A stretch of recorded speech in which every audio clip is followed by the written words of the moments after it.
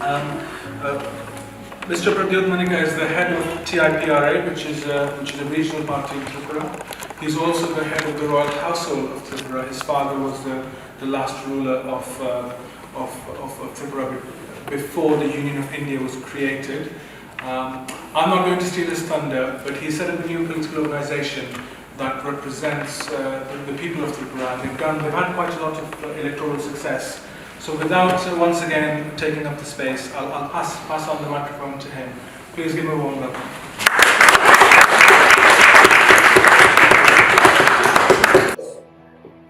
Let me start by saying that I come from a very tiny state in the northeast. A lot of the honourable members of parliament, a lot of dignitaries here. When you think about India, you generally think about Delhi, Bombay, Calcutta, maybe Bangalore. But you do not, or probably have not, Lucknow as well, but you haven't probably gone deeper into India. An India which has had strong cultural links with your country. Many people may not be aware that the role of India in the Second World War was at our borders, not in the Western theatre, but in the Eastern theatre, where our soldiers fought along with the British soldiers, gave up our lives, fought the Japanese, the Axis, and we fought shoulder to shoulder, not to protect just our land, but to protect an idea of India, an idea of a nation, an idea of a power of allies, which was against fascism, which was against rule, which was based on an entire thought and philosophy of plundering an entire region. We lost my grandfather himself in recipient of the Burma Star. We lost our family members, but we fought, and we fought bravely, and the British government gave us the honour of a Burma Star. It's just not us. People in Nagaland, another part in Northeast, if you go there, you will see a war memorial. For our today, we give up. For your today, we give up our tomorrow. For your tomorrow, we give up our today. People have sacrificed in Manipur. People have sacrificed. People in the Northeast have had long cultural links with Great Britain. I've never studied outside. I've studied in the Northeast, but I do believe that my English is clear enough so that we can relate to you. And that was the education system that you gave us. Today, in our country, because one of the agenda is cultural links, today in our country, we communicate with each other in a language which we feel comfortable in. If I go to South India, we speak in English. If I go to North India, if I know Hindi, I speak. Otherwise, we don't speak.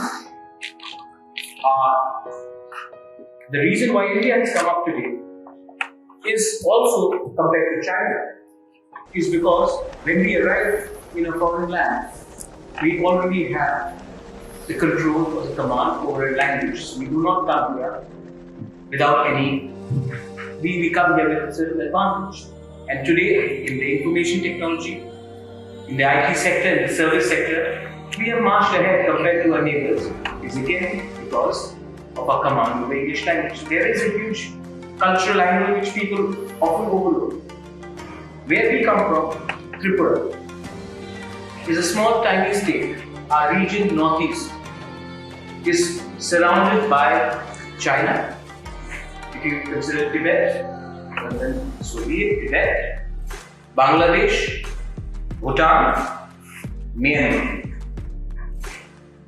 All countries which don't necessarily adhere to democracy. Yet, we swear by the democracy which has been handed down to us by our constitution, founding fathers. So when we talk about aspirations, when we talk about identity, I am wearing this risa. To many of you, this would be not India. But what is India? India is a nation within nations. What is India?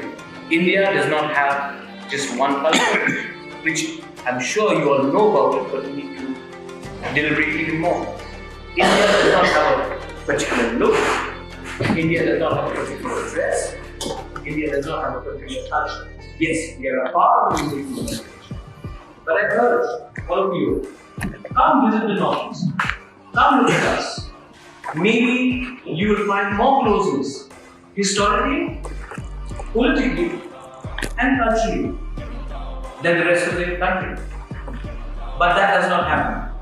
Because it's like, I really like that Narendra said that his constituency will greatly benefit if India-Great Britain relations comes up, as the trade agreement comes up. That's not London. It's an area which is beyond London. So there, Manchester, somebody from Plymouth, somebody from Portsmouth. The idea is that you have to go, you cannot just be dependent on big cities anymore. They have saturated. The growth of India or growth of any nation is no longer restricted to the cities. You have to look beyond it. And I'm very happy that today we have been given an opportunity to come and speak here. Honorable MP spoke about geopolitical issues. We know about geopolitical issues. We have been through geopolitical issues. We've been through insurgency, we've been through a lot of turmoil. But when I come here today, as rightly a member of parliament from he said that I come here as a proud Indian. And that conversation will happen in my country. But I also come here to tell my friends in Great Britain, in England, in the United Kingdom, that there is an India which is beyond Delhi, Mumbai, Bangalore. And kindly look at that. People like us have struggled. Somebody said that we formed a political party. We're a small political party. But we are a small political party which fights on the issue of constitutional solutions for our community. We are a small political party which is still fighting on the issue of only one, credibility. And our demand is within the constitution. And I would like all of you, much like you visit Delhi, please come to our park. Much like I've come to London, I would like to go to see British countryside. There is so much that we have learned from you. And there are so many stories which have gone unheard. Just because it has not been told properly. We have cultural relations. We have emotional bondings.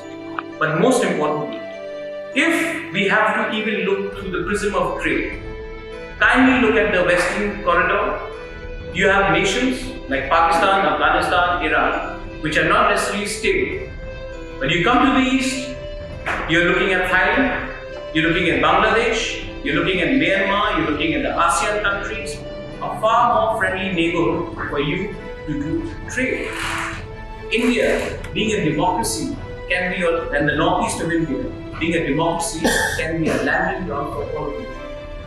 Education is something that we deeply desire.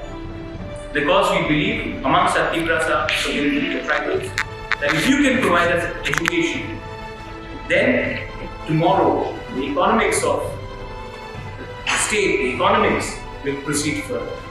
Manchester is a student town, I agree. So was Shillong, so was parts of Assam. So there are possibilities, but that possibility can only happen if we start giving each other time. So I'm very happy that you've met here, you've given us an opportunity. Until we do not take the local population anywhere, whether it's Brexit, whether it is Greater Tibraland, whether it is Gorkhaland, till the time we do not make the local population feel secure, your jobs will not be taken away, your culture will not be hijacked, your language is not under threat. Till the time democracies do not give the minority a sense of secureness, you will always have instability. And that's where we can learn from you, and maybe you can learn from us. I come here with full respect and humility, and I hope you will reciprocate and give us a chance. Well, I know Mumbai. Thank you.